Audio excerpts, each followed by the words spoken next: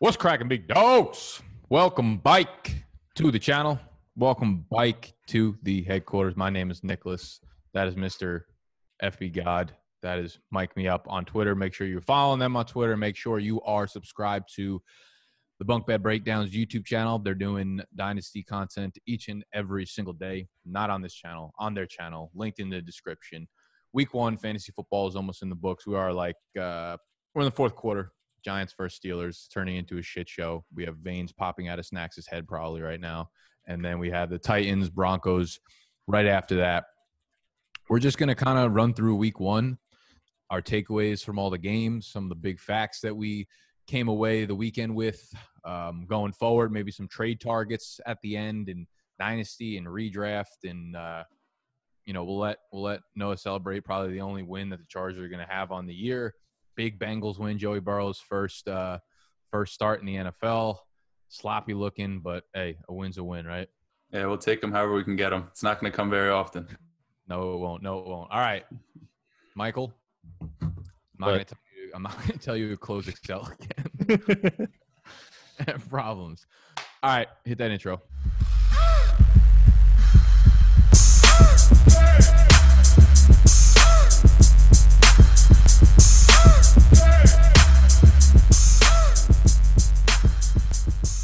I mean, boys, I don't know about you, but I went through a fucking roller coaster shitstorm of emotions. You know, between DFS, between fucking all my leagues, between the bets I made, fucking losing money on the Panthers, they missed an extra point. Fuck that.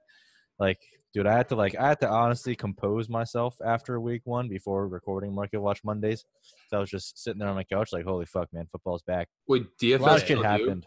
DFJ killed me. David fucking Johnson on Thursday night ended me before the season even started. Well, yeah, dude, anxiety season is like one. You know, it's really hard. Like, Mike, this is your first season in the content business per se, and the really hard part about football Sundays now is you're literally rooting for everything and against everything at the same time. And it's like you want your fantasy teams to do well. You want your DFS plays to do well.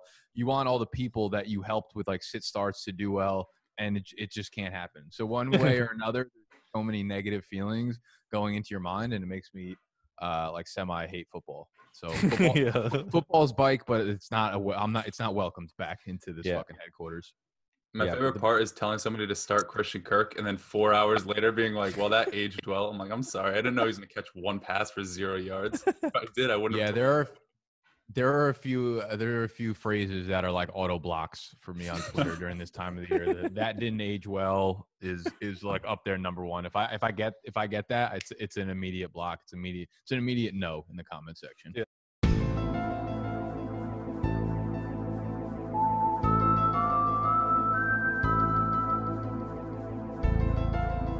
I fucking love it. I tweeted out, I texted you guys, I think, but someone basically, I was making a trade in one of my dynasty trades. I wasn't even making a trade actually. He offered me something like Cortland Sutton plus like a bunch of junk for like Terry McLaurin plus like, plus Brian Edwards plus something else. I was like, yeah, like I'm not interested because I don't have any wide receivers.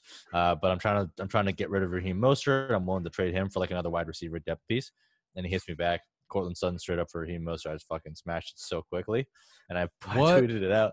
And I'm like, oh, it's like the fastest smash I've ever done. And like later on, like after the San Francisco game plays, like some random dude just like, way to go, genius. I'm like, dude, fucking Twitter's so awesome, man. It's Twitter's so always good. Let you know. It's like someone I've never met before, doesn't follow me. Somehow doesn't came follow across my you. tweet. You know what they did too? Like they just went in the search bar and typed in Mostert's name so that they could just like talk some shit.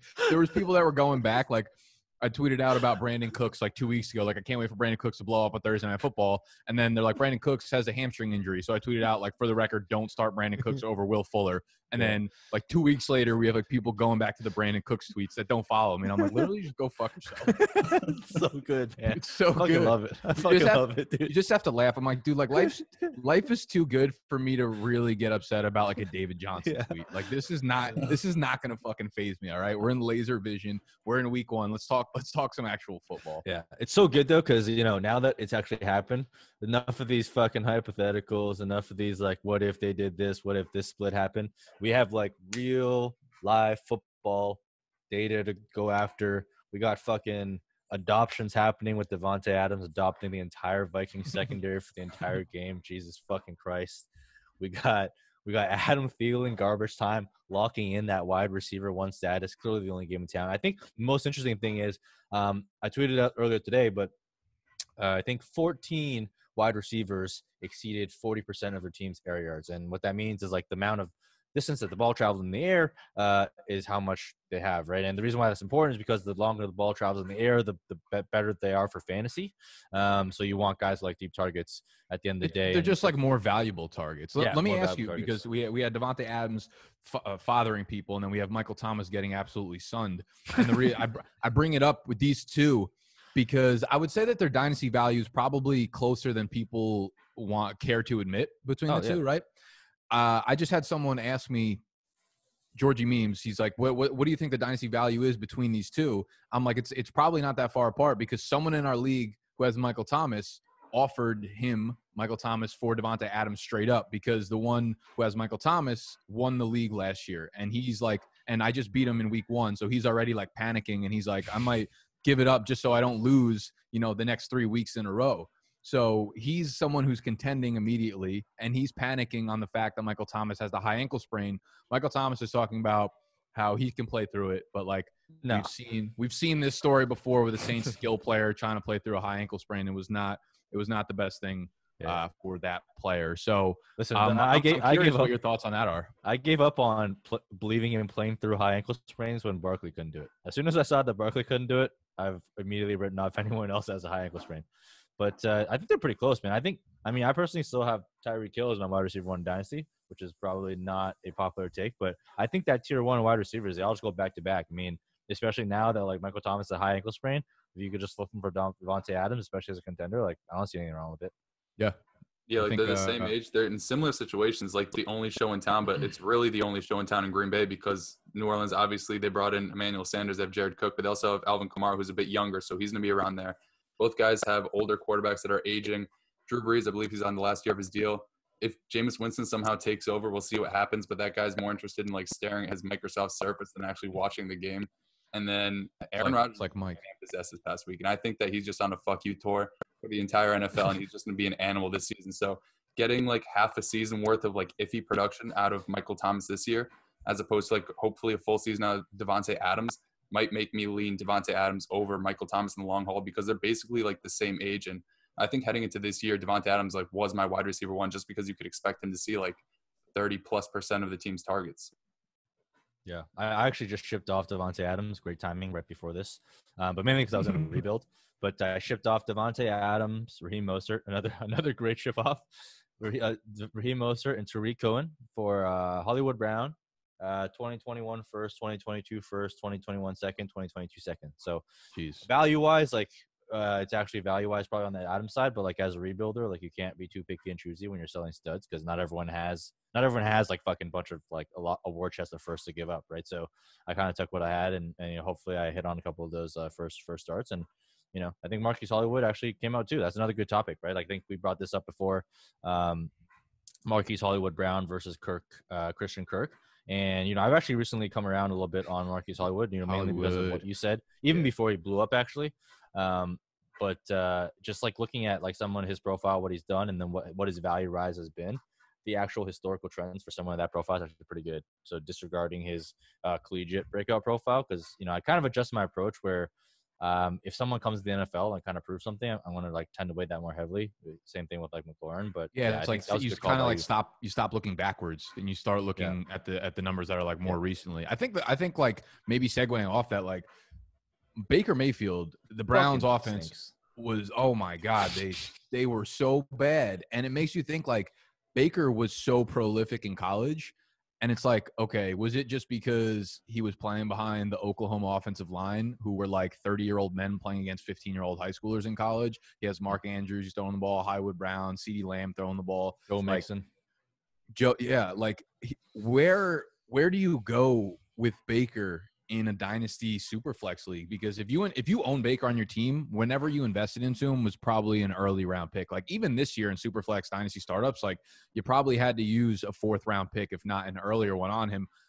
I know we don't want to go nuts about week 1, but like Mike, you made the point on Twitter about, buying high, right? Like you can buy something high and still squeeze plenty of juice out of it. Is this, this is on the flip side, like you could also sell low and still get out before it gets worse. So like this is a situation with like Le'Veon Bell in Dynasty. Like this could be the last call for him with his fucking hamstring strain if it keeps him out 3 or 4 weeks. What are you guys doing with a guy like Baker Mayfield, who's still really, really young and he'll get plenty of more play time to prove that he's okay? But like shit was not good in week 1. Yeah, I don't have any Baker. I didn't invest in him in the year that he blew up because his price was too much. But I think you have to get out because kind of like what you said, right? Like the counter to buying high is selling low, and I sell low all the time. Because if I see like if a player is like taking a hit and take a big value hit, if I think they're going to continue trending down, like I'm not stuck on this sunk cost fallacy of like, hey, I invested a first round pick, I need to get a first round pick back. Like I don't care. I want to get like something back. It's kind of like, with Darius Geis. I had Darius Geis on my Dynasty League. You offered me something for him. And then like a couple days later, you pulled the offer back. And I was like, fuck, because I went to go accept it. And then like news came out that he just like beat up some women. And I was like, fuck, like now I get nothing for Darius Geis when I should have sold him low because now I can't sell him for anything. Yeah, I mean that's like a bigger example. But I'm talking about like for Baker, like you probably get a first round pick, right? In a super flex league? Yeah, a mid first round pick, like I think pretty easily. And I would consider taking that because that mid first round pick has no chance of going down. It only has chance going up. And on the off chance that team takes Baker thinking he's going to be the one to push him into the playoffs and he doesn't, they could become an earlier pick. And then you're looking at someone like a Trey Lance, right? You're probably not going to get Trevor Lawrence because he's going 101. You're probably not going to get Justin Fields. You'll probably go 102. But you're looking like a Trey Lance, like a Najee Harris. Is Trevor Lawrence going to the Browns? Is he replacing Baker Mayfield? If they're bad enough to get 101, you have to take Trevor Lawrence, right? Like, I think you have to. There's no question about it. And look, I'm a big proponent of buying high, but I'm also a proponent of selling low because like you got to recoup something. It's kind of like when you're like running a shitty business, and I don't know if your shows goes and looks at their shitty ass inventory and tries to sell everything at discount to get like any sort of like cash value back. So if you can get draft pick back, if you can get whatever, just recoup it. Because like you said, man, I'm not saying he's a product of the Oklahoma system because he was really good in college, but like as we're watching these Oklahoma like quarterbacks, like Jalen Hurts went there, balled out. Kyler Murray balled out. Now you have Spencer Rattler balling out. So it's definitely like it's not all in the system, but the system definitely contributes, right? And Freddie Kitchens has to be so upset right now. He lost his job. Everybody was blaming him, and now you see what's actually going on here. The thing is, like, I don't know, like, how long Odell's under contract or Jarvis Landry, but they cannot be happy playing with this guy. He had, like, 10 targets. He caught 3 balls. I know he dropped a few, but Baker just does not look confident. He doesn't look comfortable behind that offensive line, and he just doesn't look good. And you were talking about trading him away. I'm sure at this point, just looking at, like, his age and his perceived value, you can get, like, a Matthew Stafford. You can get a Jared Goff. You can even get, like, a Kirk Cousins, who they're all older. Actually, he might be like the same age as Jared Goff, but like they're all older, but who's to say that they don't have more longevity because they are locked up under contract and they have shown to be good in the NFL, whereas Baker Mayfield had a good rookie season, a terrible second year, and he started off extremely slow so far. And I know it's the Baltimore defense. That's the crazy part. That's the crazy part is like he was prolific in college, and then he had the big rookie year. So you're like, oh, we also have like an NFL sample size, and that's what I think makes it so tough to give him away. Because the great Ari Gold once said, "Once a star, always a threat." Man, if you've done it in the NFL, it feels like you could pull it back from somewhere. And I think it's like even I would have seller's remorse on Baker Mayfield, but you're always going to be taking risks when you move a guy like that. Yeah, I'm still buying Matt Asiata after a 3-touchdown game. Can never give that up, baby. Yeah, it's like I mean, it's painful to watch, right? I mean, who would have thought that in 2020, like we'd be sitting here thinking about how like Baker was a downgrade for Odell over Eli fucking Noodle Arm Manning. Like Snacks was going nuts today. We were filming Fade the Public. He's like, so we can officially say that Eli Manning made Odell Beckham, not the other way around. He loved it. Yeah, so it's just a shitty situation. I think in the Browns backfield too, man, I want to, because on that league I was talking about the Adams for MT switch, and I think we could talk about my 3 running backs in that league. I have 3 like big running backs that will be in my lineup week in and week out. It's Nick Chubb, Joe Mixon, and it's Austin Eckler. I think we could talk about their value perspectives from both redraft and dynasty, because right now everyone's going nuts on whether they should sell these guys or buy these guys or like what they should be doing. what if you could rank them? Let's say just redraft for this season long right now. If you could just own them straight up, like what is the order you'd want them in going forward? Which one? Nick Chubb, who and who? Chubb, Eckler, and Mixon. Oh, okay. Well, I'm gonna go with probably Mixon and Eckler ahead of Chubb. Just because, like, I know we haven't seen it, and it's fucking tilting that like Mixon is not getting targets, but he was running routes, which is, I guess, the good part, the silver lining in that. And Eckler, we know he's going to have more receiving upside than one catch and one target. I think, people are pretty much.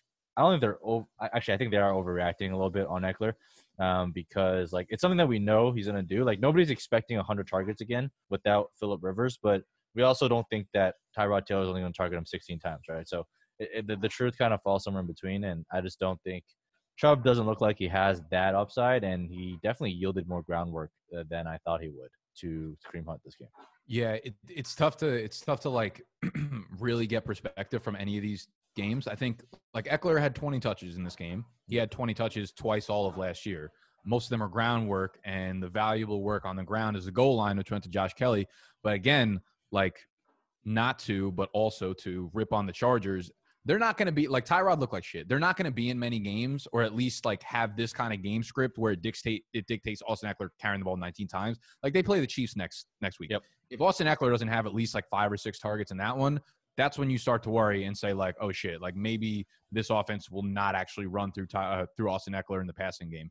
With Mixon, man, it's like, yeah, dude, this shit is crazy because we all know how talented he is in the passing game, but they're just not giving him that work. Like it's still Gio. As long as Gio's there, it seems like he's more. It's not even like, Mixon, a raw talent, is more athletic catching the ball, but I still feel like Gio's probably better suited in the 2-minute drills. He's just like quicker and more agile and just like gets things going a lot quicker. And I just don't know if we ever see Mixon take that role from him.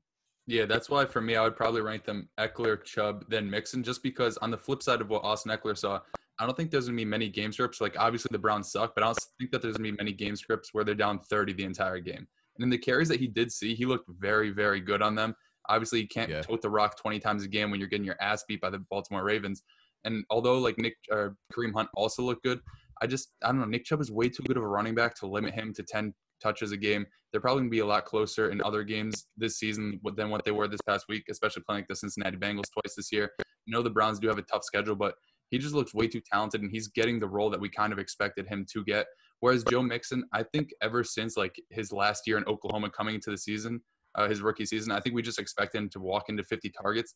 I'm not sure he's ever going to get that in his career. It's going to be like 2027 where like this is the year where Gio Bernard finally dies, and he just steps in every third down situation. So Joe Mixon does scare me a little bit. He did have that fumble, and like the announcer went crazy. He's like, "This is insane. He's never fumbled before. As a Chargers fan, I really like that, but he worries me just because this isn't a good offense. Their offensive line still isn't great, and I feel like it wasn't that bad of a game script. Like they weren't getting blown out. It was a pretty slow-paced game, and he still wasn't dominating in the receiving game, and in the groundwork, he wasn't really finding much room to run. As for Austin Eckler, I agree with what both you guys said. There aren't going to be many games where he gets 19 carries and 1 target. And although Joshua Kelly did get all the goal line work, I don't see him just like the entire season getting every single goal line carry. I think if Austin Eckler's out there in like the 2-minute drill, or even if he's out there and he has fresh legs, they're not going to sub him out to put in Josh Kelly, because we've seen him do it on the goal line before last year when Melvin Gordon was holding out. Yeah, I'm more concerned from the Nick Chubb standpoint of the team not being good than Kareem Hunt's involvement. Because, I mean, we know Kareem Hunt's going to be involved, but they're not going to be down. Hopefully they're not going to be down 30 points where that dictates Kareem Hunt being on the field more. So from a long-term perspective, it's easy to take the cop-out move and say like, just hold on to these guys because they're all like too good to not succeed over the long run. But these are the type of moves that like kind of can make or break your dynasty team, because you can get something in a really, really big haul if you send off a guy like Mixon, if you're worried about him long-term, or if you send off one of these guys and package up a couple first and, like an RB2 or something like that. That could be the difference between success over the couple of years. So I own all 3 of those guys on one dynasty team, and I'm like, I probably need to move one of them, and I probably need to figure out which one I need to move correctly. And I'm having trouble deciphering. Like, I want to hold on to Mixon because he just locked up that contract extension, and that's enough of a security thing for me for that second contract. With Nick Chubb, they just extended Kareem Hunt. Now, Kareem Hunt, I feel like I know they like him a lot, but I feel like this low-key might make him an appetizing trade target for another NFL team. Because now if they get him, they know they have him until 3 years down the road for a cheap contract, as you know, and they don't have to pay him a big fat extension in 2 years or, you know, a year and a half or whatever when Kareem Hunt wants that. So I don't really know what the fuck I'm doing. So someone steer me in the right direction here. Yeah, I think look, it is tough, and I actually think that trade angle for Kareem Hunt like makes some sense because you sign him and you can actually use him as a trading chip versus before if you just kind of let him walk, you get absolutely nothing, and it's not like it was a massive contract like you said, right? So I think that's definitely a possibility. Like I don't think you can sell Eckler at least right now because like just the panic is too much. Yeah. They're like, oh my God, he yielded goal line work. He's a scat back. Like he didn't get any targets. Like Tyrod can't throw to running backs. Scat back with one target. Gotta love it. Yeah, that full narrative is like just getting a little bit too wild. And I'm actually not panicking on Eckler yet because he also has a contract. And like if he does start seeing the receiving work and if he does start splitting some goal line work, which I would probably expect him to do, and Anthony Lynn straight up came out and said today like, hey, we need to get Eckler more opportunities. Granted, we're running a different scheme with Tyrod, so we're not going to target him as much as we did last year, but we need to get him more opportunities. So that's me. That was like a fucking like a two-sided sword. I was like, I thank you, but also you stabbed me in the chest. You gave me a Band-Aid after you stabbed me. I didn't know which way to take that. Like Eckler is like one of those guys where I feel like if you're contending, his like perceived value will never really exceed his production. I think so. Like in that situation, kind of like a Julio, like you're just not going to sell him. You're going to ride him and see what happens. Whereas like Chubb, like honestly, best pure runner in the NFL. I still think that, and I think it's true. Like he's like elite, like in every aspect. He's got draft capital. Like he's got more name value attached to him. So like if you could explore like selling something, like I'd probably say you can still sell Chubb. Like that'd be the one that I explore trading, mainly because like if you look at the reaction on Twitter when like Kareem Hunt signed or like when Chubb had a bad game, like the Chubb truthers are just like completely disregarding him. Like they're like, well, like fuck that, like Chubb's way too good, like there's no way he's gonna blah blah blah. Like they just like they get so defensive and like it's like all of them are just like, oh yeah, like sell me your Chubb, trade me your Chubb, like all this stuff. So like I feel like you can get way better market for. Imagine trading Nick Chubb right now. Yeah, That's what I'm gonna do. I'm gonna go into Twitter and just search the word "imagine" in fantasy football Twitter and just retweet every terrible fucking imagine tweet. Imagine not taking Joe Mixon's and catch 80 balls with Joe Burrow behind. Just imagine. Yeah, drives me fucking crazy. I do agree with the Nick Chubb take, but I just fucking traded for Nick Chubb in this offseason. Now I like don't want to give him up because I do think he's so good, but like.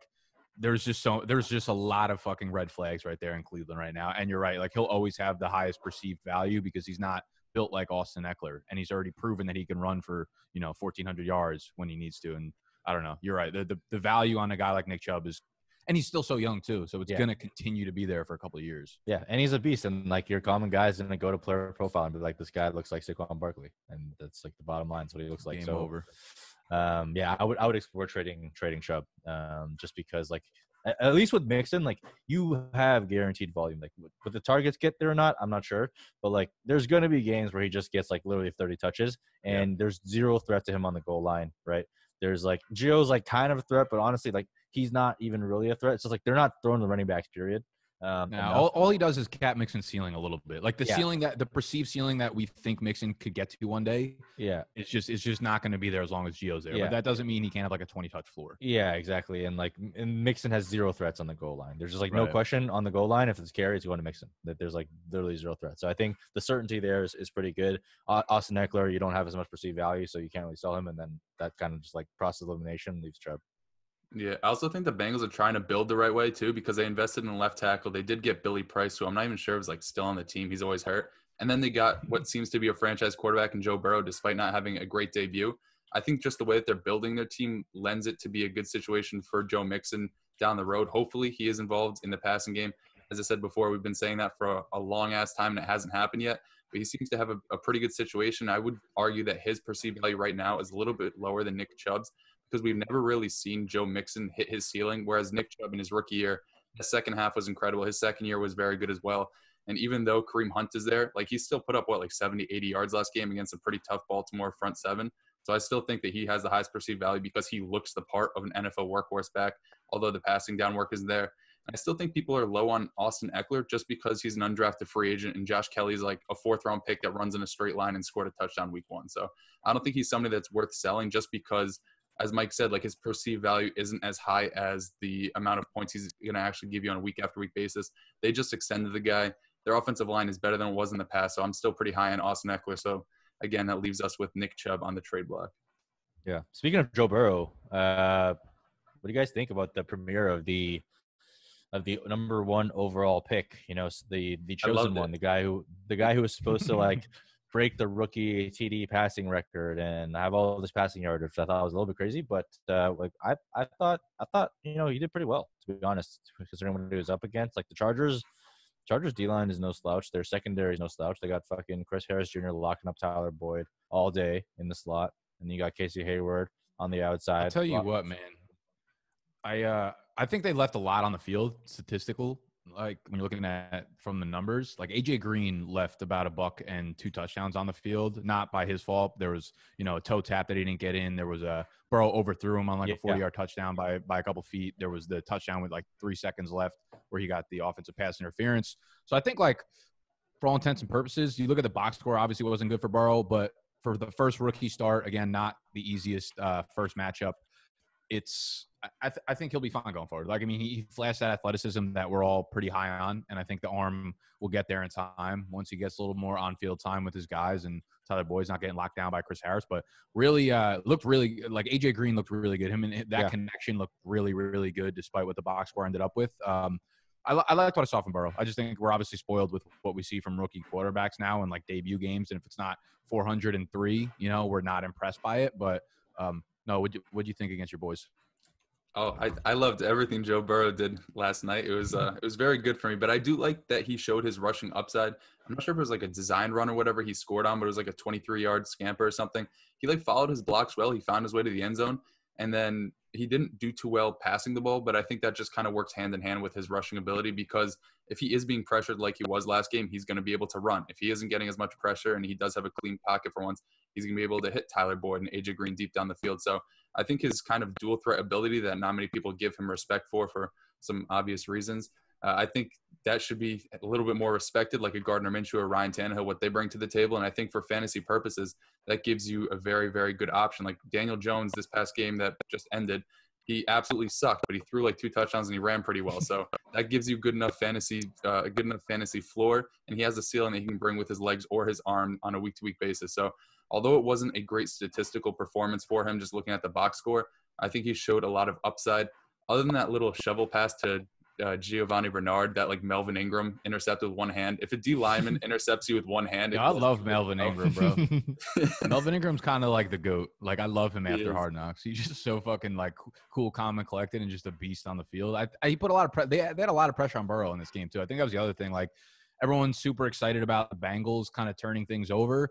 And I feel like we're probably 1 year too early on the real excitement for the Bengals offense, because this offensive line is not going to go from like last to top 5, top 10 within the course of a year. And I'm looking at some numbers now because I was watching some of the Game Pass because I wanted to rewatch like Boyd and AJ Green and see, you know, what the deal was with the wide receivers there. And I thought Burrow was under pressure a lot. I'm looking at it now, and only Wentz and Dak Prescott were pressured on more dropbacks than Joe Burrow in week 1. So I feel like that might be a common thing. But again, like the Chargers all have a great front seven. They're going to get pressure on pretty much any offensive line group that they go against. Yeah, I thought the Eagles, they looked like fucking shit last night. I can't even. I talked about this so much today, but that matchup was just like, holy shit! Like the front seven from Washington and the O line for Philly is going to be a problem. Yeah, dude, I played a lot of Washington Redskins DFS yesterday on DK because they were the cheapest defense available. And as soon as I saw Lane Johnson was out, I'm like, whoop, here come the sacks. And you know, for the first half, I was like, "Well, I was fucking dumb. Why did I play them?" But then after that, they just got absolutely fucking murdered, right? And I don't know what happened to Djax. I thought he got injured. Someone said he got injured, but then it turns out he wasn't injured. Like he was like off the field for a little while, and it looked like he was like wincing in pain. But he ended up coming back on the field like a drive later or something. Yeah, so I guess it wasn't serious, but like he had like 30 targeted air yards per thing. So. You know, he was exactly what you would have thought he was, but, you know, he just didn't burn him. And then obviously we had Rager in the game, made that great catch, and then obviously nothing else. But I think the most interesting thing here, and I tweeted it today, is Goddard versus Ertz, man. If you have Ertz on your dynasty teams, which I do in one team on the BDG inaugural dynasty league, I'm fucking worried, man. I got Ertz, I got Michael Thomas, not starting out good for me, but I'd be worried This because is your downfall, motherfucker. You finally got hit with some bad karma. yeah, because I'm like, I looked at the snaps and I pulled up the PFF stuff, and Ertz and Goddard, they're close. Like last season started, like Goddard was already kind of like working his way in, and by all accounts, like if you gave me the same amount of touches for Goddard versus Ertz, I would take Goddard 100 times out of 10 because he's just a better football player, and I don't even think it's that close because Ertz is a fall and catch guy. And at the tight end position, like you make your money off of like being able to create yards after the catch, right? And that's what like the top guys do, like Kelsey, the Kittles, like they're all run after the catch type guys. And Goddard does that. And if you look at the key things to focus on tight end is not snaps, right? Because you don't give a fuck about tight ends coming in and blocking because you don't get points for pancakes unless you play in a league with one. If you do, please invite me. I'd be interested. But if not, like you want to look at the snaps, but you want to look at the routes run because you want to look at if they're actually having an opportunity. Think of a route run for tight end as like in almost like a poor man's version of a carry, right? Like if they're out there running routes, they have the potential to earn a target. And then the next step you want to look at is like how many routes do they run when the quarterback drop back? Because if the quarterback drop back, that marries intent with opportunity, right? If they drop back, they're intending to pass. If you're running a route, you have the opportunity to catch the pass. So you marry those things together. And by all accounts, like Ertz, his percentage of how would they be running a route without the quarterback dropping back? I just do it all the time. I don't know, to be honest, but that's like the number. That's the number that I'm looking at. Because like, oh wait, sorry, yeah, they can't. That's why the drop back will always be higher than your route run. Is what I'm saying, right? So if you take the routes run divided by the drop back, that gives you like how often are you running routes when the quarterback drops back versus staying in line to pass block or whatever. Gotcha. It is, right? Okay. So if you look at Mark Andrews, for example, I was like, there's no way I'm outsmarting Mike right now and what he's talking about, but like I'm just gonna fucking throw it out there in case I was. They were like 38-31, right? It was really close between Ertz. Yeah, they were basically dead even, and like people said like, oh, that's only like one game, but if you look back to like the last 3 or 4 games, like Zach Ertz only ran like 2 more routes per game than Dallas Goddard, and we know if you put that in context of everything else with like the contract negotiations, you know Ertz is not happy. That's what's scarier, man. Like when you dive outside the numbers a little bit and you start looking at it from like a real life fucking like, what if they ship Zach Ertz for an offensive lineman right now, which is what they fucking need. And what I originally thought too, that's why I knew the numbers off the top of my head with the routes run, because I was looking at it today and I was like, maybe what they did last year was similar, or they did in week 1 was similar to what we saw the Rams do, where their offensive line was playing miserable, so they kept one of the tight ends in to block more. That wasn't the case. It was, Ertz was still running his routes. Goddard was running his routes too. Goddard was just way more involved in the passing game. Looked like a better player, making plays down the seam. Like Ertz had the 1 touchdown in the beginning, and that might be like your sell window right there to have like 1 or 2 good games while the rest of the players are kind of like banged up on Philly. But who knows how long this lasts for? And you're right. Like if I own Ertz in Dynasty, he's someone that I'm probably trying to look to flip. Yeah, I forgot how good Goddard was down the stretch last year. I have a tweet by John Daigle, but his @ is not John Daigle, so I don't know what his like actual name is. That dude blocked me. Did he? He got big mad. I created the Roto World thing, right? Well, I'll read it so you can understand what he said. He said, since their week 10 bye last year, Dallas Goddard has averaged 83% of the team snaps, 8 targets per game, and a 19.2% target share. So like you were saying, Mike, he's not out on the field. That can't be right. He can't be big. I'm taking he can't be on 83% of the snaps. Like no tight end plays that high. That's what he said. Maybe this is why he blocked you, Mike. He's just spreading fake news. Because he's spreading fake news, and we know now we're spreading it even more. Since week what? Since week what? After the week 10 bye last season. This is a live bunking. I'm leaving this in the episode. You have to fucking leave this in. There's no tight ends play 84. Like there's very, very few that play that high number of snaps. I have the snaps for Goddard. I don't have the total snaps for the team in those weeks though, so I have to double check. If you go, I could do it right now. I'll pull it up. Hold on. See, week 11. He played 81, 88, 57, 68, 84, 90, 100%. And then in the playoffs, he played 97. Goddard, what'd you say, week 9? After the week 10 bye, so week 11 and 9. Week 10, 77, 64, 55, 54, 84, 92, 100. So whatever that averages out to, that's definitely not at 80. You might have counted the playoffs too. I have the playoffs at 97%. Okay. Maybe that does make sense, including the playoffs. Yeah, I'm not usually looking at those numbers, I guess, for fantasy and stuff. But yeah, it's a high fucking number because over the first half of the season, he was around 50 to 60. Wow, that's pretty fucking eye opening. Yeah, I mean, they also play 12 personnel a lot, right? I mean, they had no wide receivers back then, so it totally makes sense. But it's just like if you look at the numbers, like, I mean, last year, percentage of dropbacks, Ertz ran a route on 80%, and Goddard was at 56%. This year, it's 75 versus 61 so far. So, like, I think the window to sell is now because Ertz kind of still has that lead, and I'm sure he'll have a couple big games coming up. But I mean, it's like really hard to see them signing him to an extension. And on the off chance they do, we already know that Goddard still has value because it's kind of like the Patriots with Hernandez and Gronk, a way poor man's version of that. But you kind of know that he has value standalone. And honestly, where would you guys have Goddard in your ranks if Ertz was gone? Because he would immediately jump into my top, like my tier 2 behind. Season long or dynasty? Dynasty. He'd probably be like top 5 or 6. He'd be ahead of like Darren Waller for me. He's got to be top 5. I have him running out in. I had him starting in a fantasy league against what's his name, Curtis Patrick or whatever. Yeah. I mean, he should have whooped my ass this week, but I had guys like Dallas Goddard in and Miles Sanders was out of my lineup, so I was playing guys like DeAndre Swift, and my team just one of those weeks where like you shouldn't have won, but my team put up like 175 points. And it was because of guys like Goddard. He's like my tight end 1 there, completely comfortable with it. And that, if that was the question, he would be. Yeah, you'd have Kittle up there, you would have Kelsey up there, you'd have Andrews up there, and then like I'd have Goddard. I would have Goddard, and I would have Goddard probably be my tier. 4. Yeah, I would have Goddard in the exact same tier as Andrews and them. So, look, it's pretty exciting to think about. But like if you're an Ertz owner, like you should be worried because I know a lot of people draft the Ertz for value this year, but just looking at the numbers, it's pretty telling. And if this usage, like this trend continues, like you're gonna be fucked. You're not gonna be able to sell them. So like, right now you flip Ertz for Goddard in Dynasty. 100%. Yeah. How about Ertz for Hunter Henry? Dude, Hunter Henry had a good game, man. He had a very good game. Dude, Mike Williams looked fucking good. Yeah. Mike Williams looked awesome. Yeah. That's what he does. He looks awesome, and then he gets hurt right after he looks awesome. That's like someone had the perfect tweet in response to your tweet about Mike Williams having one arm, and he's like, "Yeah, like no matter how Mike Williams looks, he always puts up 8 fantasy points, which is pretty fucking accurate." Yeah, and then someone was like, "He can have 80 touchdown catches next year, and he'll still be a 9th round pick." And I was like, "What is the enigma of fucking Mike Williams, bro? I don't get it." But he looked good, and he just gets absolutely walloped on every single play. It feels like there's never a play where he's not getting hit by a fucking Mack truck. Yeah, he's a beast. Yeah, but yeah, I mean, Hunter Henry's interesting. Like, it was a great day for tight ends. I mean, Mark Andrews, like, I pulled up the digits for him. Like, he ran a route. Yeah, he ran a route. Well, first of all, yeah, I'm still confused as to how he kept scoring touchdowns because regression was supposed to hit.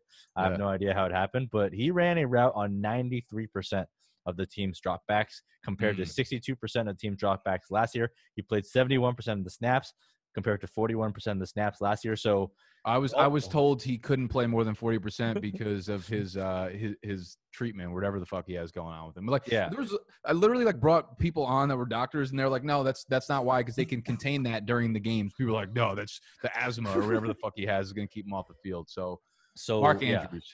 Tight end 1 is absolutely in play for Mark Andrews on the season, and I've had him as my tight end 2 for a while. Drafted him ahead of Kelsey. I think that's a pretty easy decision. I know some people still want to draft Kelsey, but just given the age, it's not even close to me. But he's going to be a fucking baller. And, like, just on that point, man, like, all of these people that were supposed to fucking regress, like, hey, guess what? They didn't regress because they're fucking good. Aaron Jones, touchdown. Like, Lamar Jackson, Mark Andrews, touchdown. 3 passing touchdowns. Lamar Jackson, 3 passing touchdowns. That's a lot for a running back.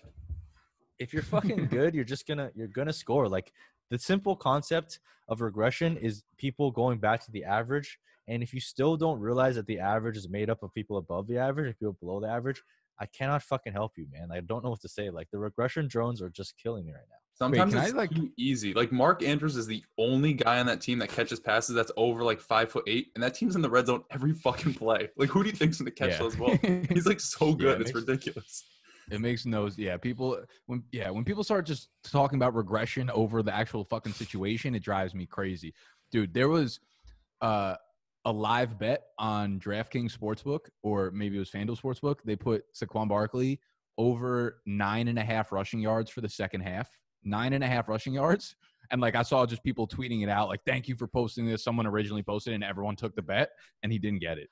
He ended up getting like 6 yards or something in the second half, and everyone's like, I got baited so fucking hard.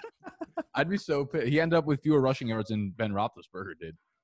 Jesus Christ. We should sell Saquon Barkley, right? Yeah, We sold him already.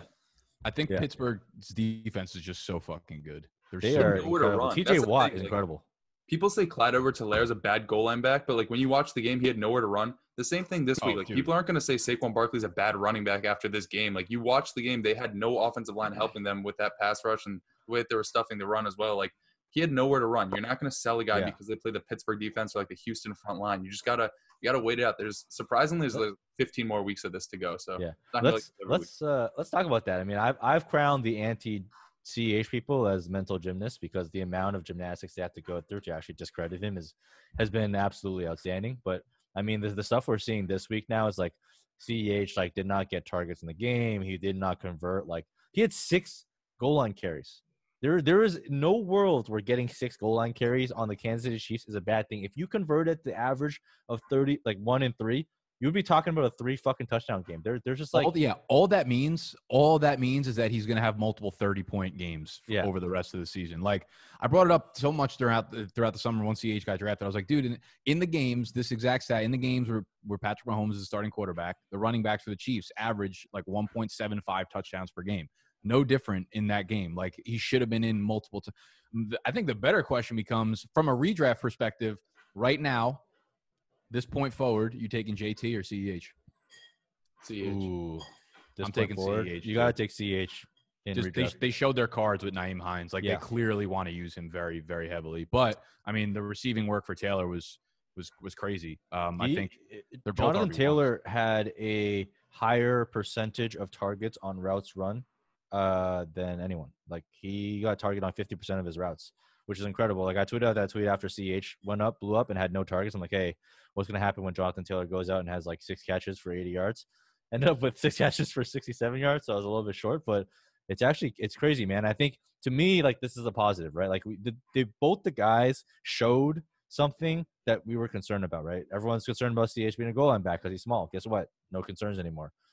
Everyone's concerned about Jonathan Taylor in the passing game.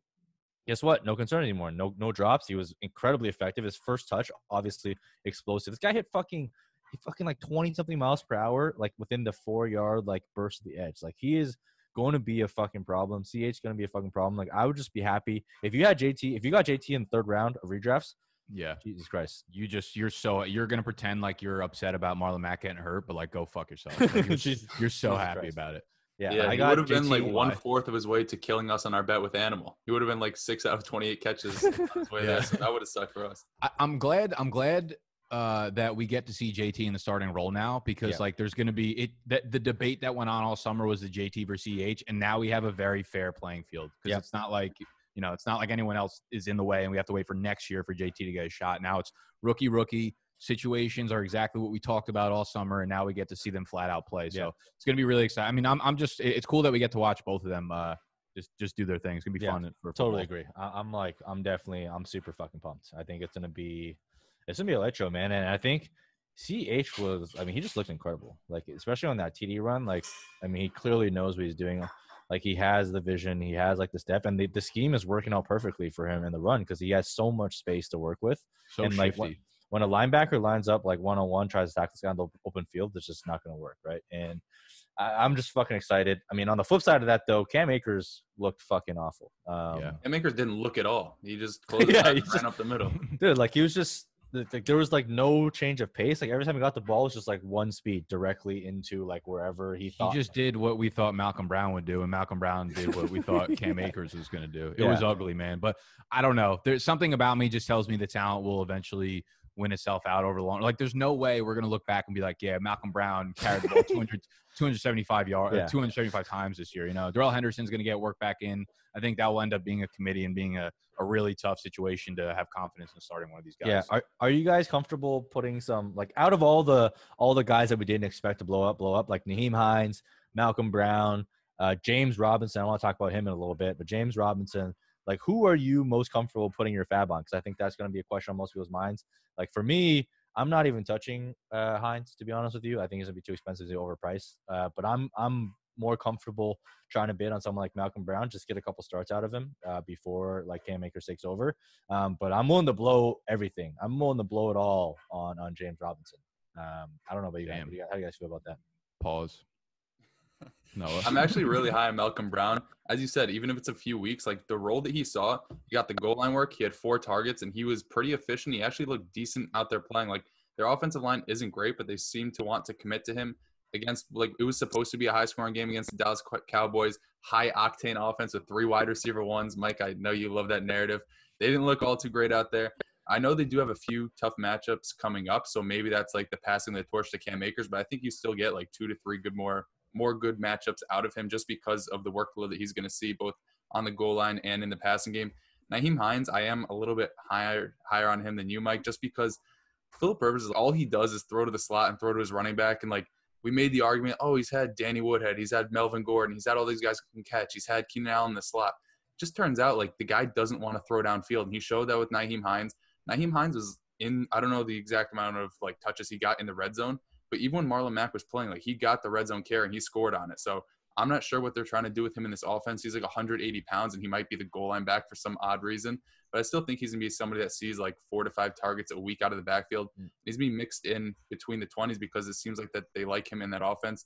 But I guess we'll talk about James Robinson later. But that guy like looks legit. Like, he looks like a really good running back. Yeah, just on Nahim Heinz real quick. Like here's my problem with Nahim Heinz. Right, I don't think the goal line role is there for him to stay. I think what happened was like they're like fuck, like we just lost Marlon Mack and we were expecting him to play this whole game, and JT, you know, he probably wasn't even ready for a lot of that stuff. So I think going forward it's going to be that. But like I do not invest in scat backs. I do not invest in scat backs that do not have a lead role on the ground or goal line work, because like even though it sounds sexy, like, oh, Tariq Cohen finishes an RB1, James White finishes an RB1, like you don't fucking know when to start these guys, man. Like at the running back position, I'm looking for some security, some floor, and some guaranteed volume, and you just don't know when they're going to get it, because you don't, like, you're basically starting a wide receiver in your running back slot, which is not what you want to do. So that's why I'm like a little bit concerned with Nahim Heinz. Like, even though I know that Phillip Rivers is going to target him, right? Like, and I just like, I refer to it as like functional points, as like, how many of those points do I realistically get into my lineup? Like the year that Tariq Cohen was an RB1, like how many RB1 weeks did some people actually realize from starting him, right? Unless you're willing to literally plug him in every single week, which I'm not willing to do. So that's my problem with Nahim Heinz. That's why I like Malcolm Brown, and then we'll talk about James Robinson.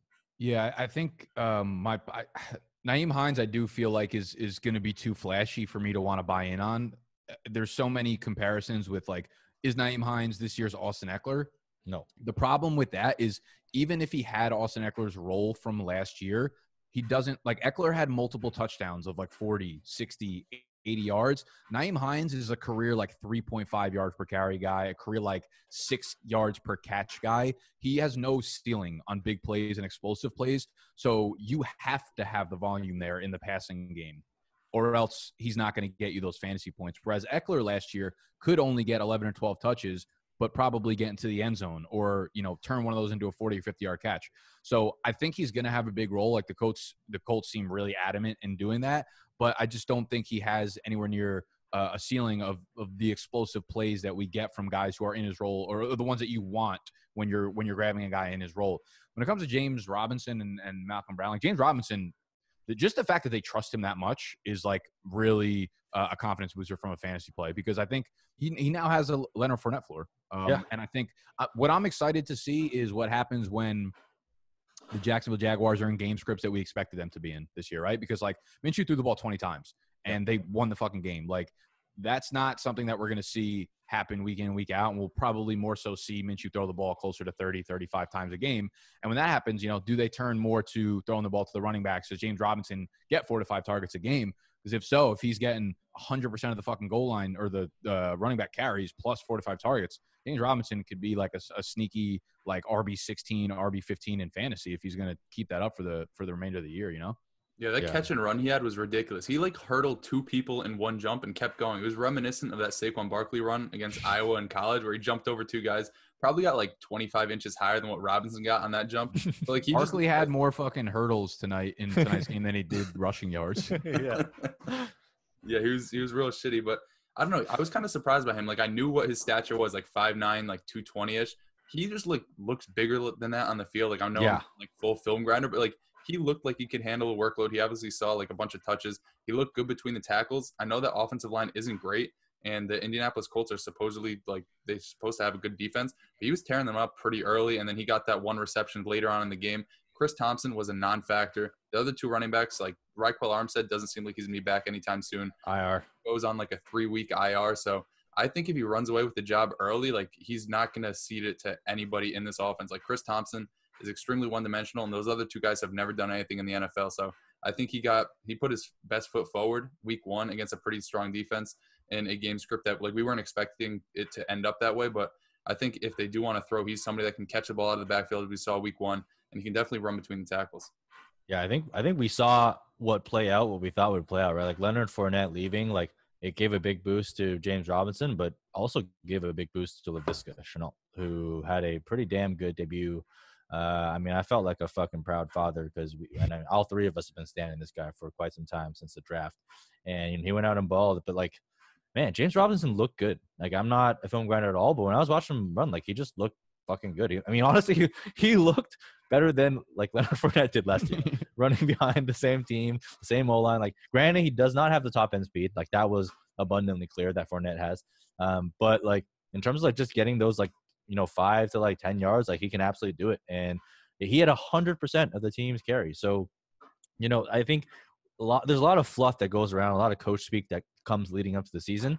But like when coach speak lines up with what I see on the field, that makes me a believer. So when the coach comes out and says, we believe in him, we think he can handle the workload, and he's going to handle the workload, and he goes out and gets 100% of the carries plus a target, I'm in. So I believe what they say versus like someone else coming out and saying like this guy's a workhorse and then goes in and it's a fucking committee. Like obviously his words don't count for shit, right? But everything they've said has played out. So I'm in a position, I covered this in the Market Watch Monday, but like I don't think you should be rushing to like sell high on someone like James Robinson. Like I'm sure many people will go out and be like, hey, someone that young and someone that unknown, like you should hold on to, if he was like 26, 27, he's just getting in there for like a small role or something like that. And you had an exciting week 1, you can get rid of him. But this seems like something more than that. There's something more to it. Yeah. Like don't go out selling him for like a couple 3rd round picks. Cause your dream when you draft those 3rd round pick is you hope that one of them has the opportunity to shine as he does now.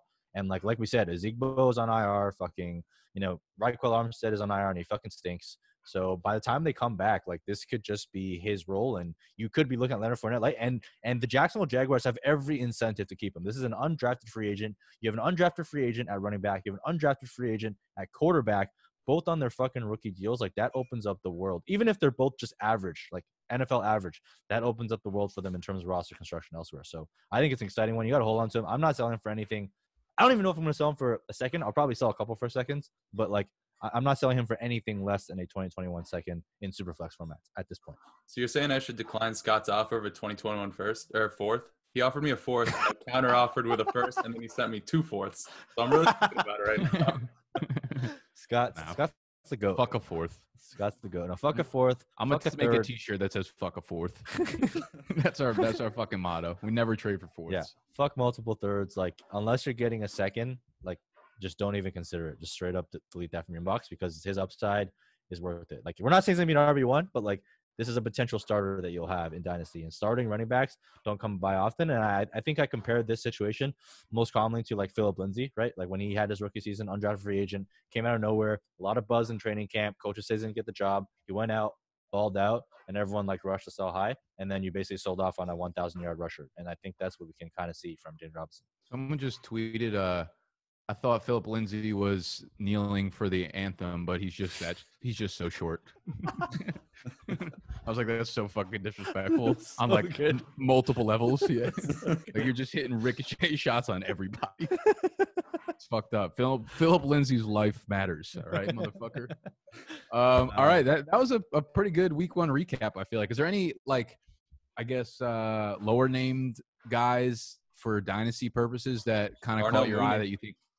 Yeah, Darnell Mooney. Talk about him because I actually did not look into him, but I kept seeing his name fucking pop up on the box score. Yeah, Darnell Mooney is actually one of my highest exposure wide receivers in Dynasty right now, just because he was free. And he's someone. If you go over a player profiler, he's got like a 90th percentile breakout age because he broke out the age of like 18.9 or something, or 19.2 or something like that. 18.9, 92nd percentile. Yeah, he runs like a 4.4, so he's a speedster, and we've kind of seen in that offense right there. They need that guy, right? Like Taylor Gabriel kind of served that role back in the day. So you kind of see Darnell Mooney. I mean, he put up a pretty good stat line for an opening, like undrafted free agent guy. He's immediately on the field. He's playing, which is important. He's getting the snaps. So I think he's a pretty worthy dart to just have on the end of your roster, because on the off chance that Trubisky is good, I mean, he's not, but on the off chance that he is, like, you might be looking at a couple of like nice flex buy week fill-ins. And when you're buying stuff off the waiver wire for Dynasty, that's honestly like, a pretty good outcome if you can get a couple starts out of a guy.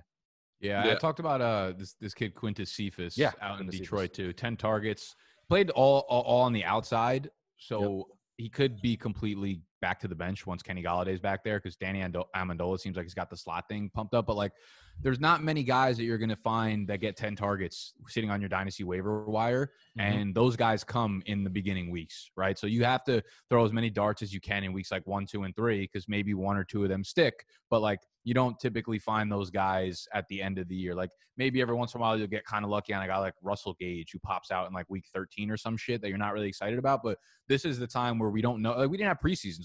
So this year in particular is like even bigger for knowing roles and knowing depth charts and how people are going to be using their offense and stuff. So this is when you use most of your fab, I think, in Dynasty on these up and coming guys that are young and that we are kind of, up in flux with their roles. Yeah, Quintus Cephus is like the properly priced Kelvin Harmon. Like, he had a terrible combine. He was good in college. Jeff Okudah said like he was his toughest cover all season, even though he limited to like 13 yards in that one game against them. Now they're he had an Odell game. It was 10 targets. It was brutal to watch. Like 10 targets, 3. He only caught like 3 of them. Couldn't really get any separation. But like, you see 10 targets and you're like, good fucking targets. You know what I mean? Like, that's all you need to see.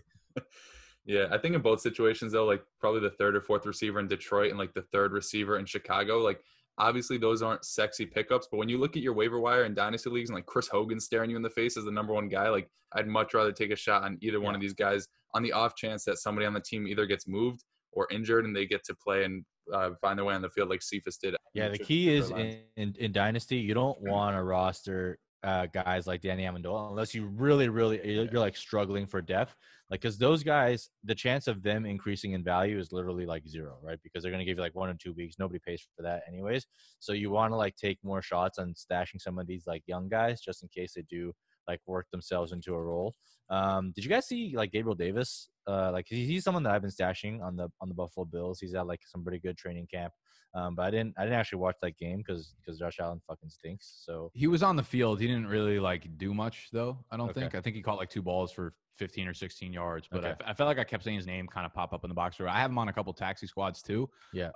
But I didn't see much. One other name I think to throw out there for Dynasty leagues that was probably dropped in most places is Josh Adams for the New York Jets, because Le'Veon Bell pulled a hamstring, and then Frank Gore and Josh Adams split carries. It was like 6-6. I think they both saw a couple targets. Josh Adams had like a quick little like fiery stint back in Philly 2 years ago, I believe it was, where he had like 4 or 5 straight games with 20 touches and he looked pretty good. And then he tore his ACL, so this will be 2 years removed from the ACL. And I'll bring up his profile real quick, but I want to say he's still like relatively young. And if Bell's out for a couple weeks, I mean, again, like, you're not really going to find running back guys on the waiver wire, but he's 23 years old. And his athletics are like not bad, and he's someone that could, end up putting up 12 to 15 touches for the next 3 weeks if Le'Veon Bell's out. So I just kind of want to throw that name out there if you're really hurting for running back depth. Yeah, I also think maybe Logan Thomas too, because he wasn't somebody that was getting a bunch of hype. Great call. Yeah, he's a little bit older, so I don't think anybody has him. But like, he's an athletic freak. He had 8 targets, like a 26% target share. And as you were saying earlier, Mike, like, snaps aren't everything. Like, routes run. And I'm pretty sure he ran like 80% of the offensive routes on the offense. Yeah, so he was up there in all of them. Yeah, I grabbed him in the inaugural Big Dogs Dynasty League, like right before the season kicked off.